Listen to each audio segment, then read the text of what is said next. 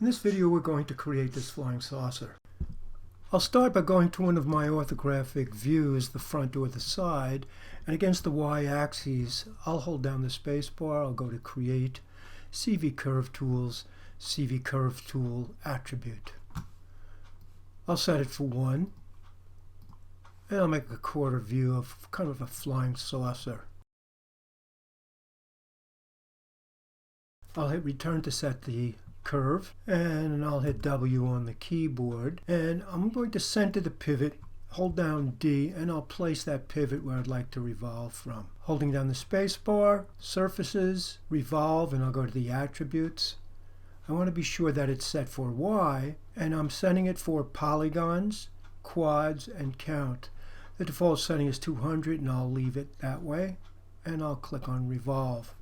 If I were to go to my perspective view now, I should have something like this. Now, often enough when we revolve polygon shapes like this, there's an opening at the very tip and then on the bottom as well where it isn't closed out. So I'll zoom in very close, I'll right click and I'll choose Vertex, hitting 4 on the keyboard because I want to select just those vertices without selecting any of the others. I'll make a tight marquee selection, and then I'll go up to Edit Mesh and I'll choose Merge to Center. I'll do the same for the bottom. Marquee Select and Edit Mesh, Merge to Center. Now we're ready to add a texture. I'll right click on my geometry and I'll choose Assign New Material, Arnold, AI Standard Surface, and in the attributes for the texture, I'll name it, and I'll attach the checkerboard pattern to it. I'll go to Color under Base, clicking on the checkerboard, and I'll add checker. I'll select my geometry and hit 6 on the keyboard. Now I want to put a texture map on this, so I'm going to use planar mapping for the major part of this little flying saucer shape, so I'll delete the history and freeze the transforms. Holding down my space bar, going to UVs, planar mapping attributes. I'll make sure it's set for Y and I'll hit apply.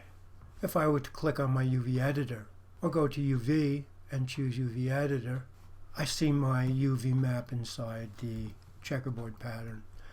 I'm just going to move it out because we're going to separate out the little cockpit piece and we'll need to scale this down to fit both of those UV maps. I'll return to my object mode of my geometry, and I'll go to an orthographic front or side view. I'll right click and choose face, and I'll select all the faces that I think would be the bubble cockpit of this ship. I'll hold down the space bar, I'll go to UV maps, and I'll choose cylindrical. And it's going to be a solid color, so there's no need to really edit this any further, but I'm going to just click and close this out. And now if I was to go to my UV editor, I see 2 pieces of geometry. I'll scale the cockpit shape down so it's quite small. I'll move it to the upper right hand corner. And then I'll take the shell for the body of the ship and I'll put it in place and I'll scale it down a little bit so they're not conflicting with each other. So we should have something like this.